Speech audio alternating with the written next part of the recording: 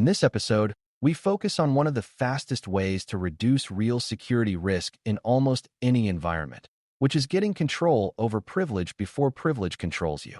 Privilege is simply the power to change things, access sensitive data, or bypass normal safeguards. And that power is incredibly useful for legitimate work while also being incredibly attractive to attackers. When privilege is too common, too permanent, or too casually granted, it becomes the easiest path to major damage because a single mistake can have outsized consequences. The most important idea to carry forward is that privilege is not a reward and it is not a convenience feature, because it is a risk multiplier. When you reduce unnecessary privilege, you shrink the blast radius of both accidents and attacks without needing complicated technology. We will build a clear understanding of least privilege, why admin rights are special, and how separation of duties prevents silent abuse. Least privilege, LP, means every user, account, and process should have only the access needed to do its job and nothing more, for only as long as it is needed. This sounds simple, but it is a powerful safety principle because it changes your default assumptions about access. Instead of asking why someone should not have access, you ask what they truly need to perform their responsibilities, and you grant only that. The reason this matters is that most security incidents do not start with someone having no access at all, because attackers often begin by stealing a normal account or tricking a normal user. If that normal account can already reach sensitive systems, modify key settings, or access broad data, the attacker's work becomes easy and fast. With LP, the same initial compromise still matters, but it is harder to expand and harder to turn into catastrophic impact. Least privilege is one of the rare controls that improves security across many threat types at once. Understanding why privilege is risky requires you to think in terms of what an attacker can do once they have access, rather than only thinking about whether they can get access in the first place. A privileged account can install software, change configurations, create new users, disable security controls, and access sensitive information that ordinary accounts cannot touch. That means privilege is not just about viewing extra data, because it is also about changing the rules of the system. If an attacker compromises a privileged account, they can often make their access persistent by creating new accounts or changing settings so they are harder to detect and remove. Privilege also makes mistakes more expensive, because a well-intentioned administrator can break important services, expose data, or disable protections accidentally. When you hear stories about incidents that spread quickly, privilege is often part of the reason, because privilege allows one action to affect many systems. Reducing privilege reduces how quickly things can go wrong. Admin rights deserve special attention because administrator accounts typically have the ability to override normal protections. Admin rights can exist at different scopes, such as within a single application, across a system, or across many systems, and the scope determines the size of the blast radius. For beginners, it helps to think of admin rights as keys to the control room, not simply a faster way to get work done. When an account has admin rights, it may be able to change security settings that would otherwise stop an attacker, like disabling logs, weakening authentication requirements, or altering access rules. Admin rights can also allow installing software or drivers that create backdoors, which means compromise can persist even after a password change. This is why admin access should be rare, deliberate, and monitored. A mature approach treats admin rights as a tool that should be used only when necessary, not as a default way of working every day. One of the most common privilege risks is over-permissioning, which happens when access is granted broadly because it seems easier than being precise. Over-permissioning can show up as users having rights they do not need, service accounts having far more access than their function requires, or whole teams sharing broad administrative access to avoid delays. The problem is that these choices create hidden pathways for attackers and hidden opportunities for mistakes. Over-permissioning also tends to grow over time through access drift, where people change roles, projects end, and accounts accumulate permissions that are never removed. Drift is especially dangerous because it feels normal and nobody notices it until something bad happens. The fastest way to reduce privilege risk is to treat access as something that must be periodically rejustified. When access is granted intentionally and reviewed regularly, drift becomes visible, and visible drift can be corrected before it becomes an incident. Least privilege is not only about restricting humans, because processes and applications also operate with permissions, and those permissions can be abused. Many systems run background services, automated jobs, or integrations that access data and perform actions. If those service accounts have broad privileges, an attacker who compromises the application can use those privileges to reach sensitive resources. Even without an attacker, a bug or misconfiguration can cause an automated process to do something harmful if its permissions allow it. A strong LP mindset applies to every identity, not just user accounts. That means you identify what a process needs, grant only that, and ensure the access is scoped tightly to specific resources. This also improves troubleshooting because you know what the process is supposed to be able to do, and unexpected behavior stands out. When you limit machine privileges, you are reducing risk while also making systems more predictable. A practical misunderstanding beginners often have is assuming that least privilege makes work impossible or painfully slow. But the goal is not to block legitimate work. It is to separate normal work from high-risk work. Most users do not need admin rights for most tasks, and many tasks that seem to require admin rights actually require better tooling, better processes, or better delegation. A well-designed environment allows people to do their normal responsibilities easily while requiring extra verification and extra caution for actions that could cause widespread harm. This is where the idea of just-in-time privilege becomes useful conceptually, even if you do not focus on tools. The basic idea is that high privilege should be temporary and granted only when needed, instead of being permanently attached to an account. Temporary elevation shrinks the window of opportunity for attackers and reduces the risk of accidental misuse. When privilege is time-limited and purpose-driven, it becomes safer without preventing necessary administration.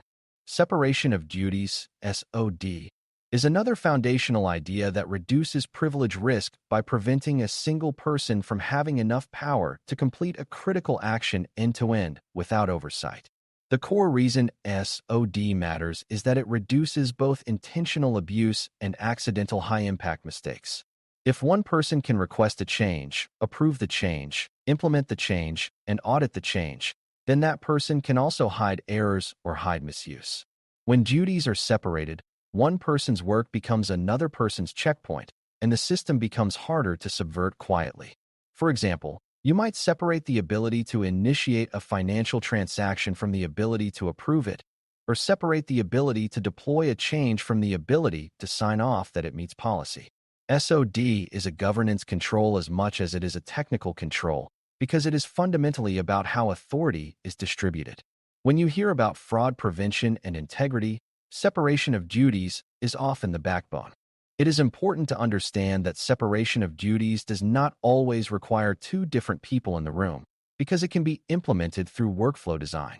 A workflow might require two distinct approvals, or require a second role to confirm a high-risk change, or require review before a change becomes active. The point is that the same identity should not control every step of a sensitive chain.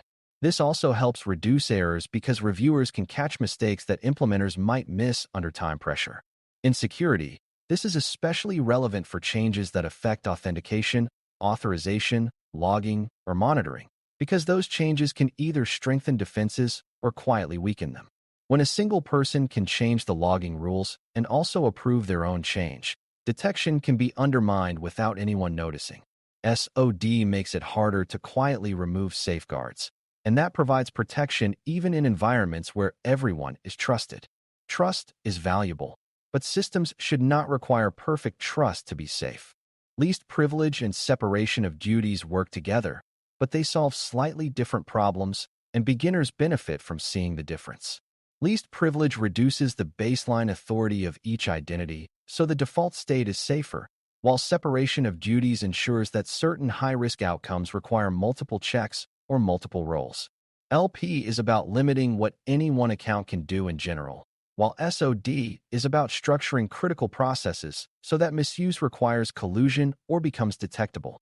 In practice, you often apply LP broadly, and then apply SOD to the most sensitive actions, such as approving access to sensitive data, making major configuration changes, or releasing critical updates. This layered approach reflects how real risk works. Most of the time, You want people to be productive with minimal risk, and occasionally you want critical decisions to be slowed down and verified. Security improves when those slowdown points are intentional rather than accidental. Admin rights and privilege risk also connect to how accounts are used day to day, because a major risk occurs when people use privileged accounts for routine tasks like browsing the web, reading email, or working with untrusted content. If a privileged account is exposed to common threats like malicious links or downloads, the chance of compromise rises sharply. A safer approach is to separate normal user activity from administrative activity so that administrative actions occur in a more controlled context. Even without discussing specific tools, the concept is that an identity that can change the system should not be casually exposed to the kinds of content that attackers use to deliver malware or harvest credentials. This idea also reduces accidental changes because when someone switches into an administrative mode, they become more cautious and deliberate. Separating context creates a mental and technical boundary that helps prevent mistakes. When privilege is treated as a mode, not a lifestyle, both security and operational stability improve. Reviews are essential because privilege problems are rarely fixed permanently with a single cleanup, since organizations change continuously. People join, people leave, responsibilities shift, projects come and go, and access often expands to meet urgent needs. Without review, that expansion accumulates. Access reviews are the practice of regularly checking who has what permissions and whether those permissions are still justified. The value is not only in removing unnecessary access, but also in discovering unknown access, such as legacy permissions that nobody remembers granting. Reviews also support accountability because they force someone to confirm that access is appropriate, rather than letting permissions exist by inertia. For beginners, a key point is that reviews are not about distrusting individuals, because they are about correcting drift in complex systems. Drift happens even when everyone is honest and careful, and drift can still be exploited. Reviews turn drift into something visible and correctable. Privilege reduction also depends on good decision-making about what should be centralized and what should be delegated. Centralizing everything can slow work and encourage workarounds, while delegating everything can create inconsistency and accidental overreach. A mature privilege strategy finds a middle ground by centralizing the most sensitive decisions and delegating routine decisions under clear rules. For example, teams might be allowed to manage certain resource permissions within their scope, but only a limited role can grant access to highly sensitive data or system-wide administrative functions. This balances speed and safety. It also supports clearer accountability because responsibilities are defined and people know where to go for approvals. When privilege decisions are scattered without structure, it becomes difficult to determine who is responsible for a risky permission set. When privilege decisions follow a defined pattern, the environment becomes easier to secure and easier to govern. As you learn this topic, you should also be able to recognize the signs of unhealthy privilege patterns because exam questions often describe symptoms rather than naming the problem. Symptoms include many users having admin rights, shared admin accounts, long-lived elevated access that is never reviewed, frequent exceptions that become permanent, and critical actions performed without independent approval. Another symptom is when a single account can both create access and approve access, which breaks separation of duties. These patterns make environments fragile because a single compromised account or a single careless action can have wide impact. Healthier patterns include restricted admin rights, clear role boundaries, periodic reviews, temporary elevation for high-risk tasks, and workflows that require independent verification for sensitive actions. If you can map symptoms to underlying principles, you can choose the best corrective action rather than being distracted by plausible but ineffective answers. This is how you move from vocabulary to judgment. By the end of this episode, the big picture should feel simple and actionable even if the details of implementation vary across environments. Least privilege reduces risk quickly by shrinking what each identity can do, which limits both attacker movement and accidental damage. Admin rights are powerful because they can change the rules of the system, so they must be rare, deliberate, and separated from routine activity to reduce exposure. Separation of duties reduces the chance of silent misuse and high-impact mistakes by ensuring that critical outcomes require more than one role or checkpoint. Reviews keep privilege from drifting into dangerous territory, and clear accountability prevents privileged decisions from becoming invisible. When these ideas are applied together, you get an environment where compromise is harder to escalate, mistakes are easier to contain, and sensitive actions receive the scrutiny they deserve. That is what reducing privilege risk fast really means, and it is one of the most reliable ways to improve security without relying on any single perfect control. Thanks for listening. For more audio courses, daily newsletters, and more, please visit BareMetalCyber.com.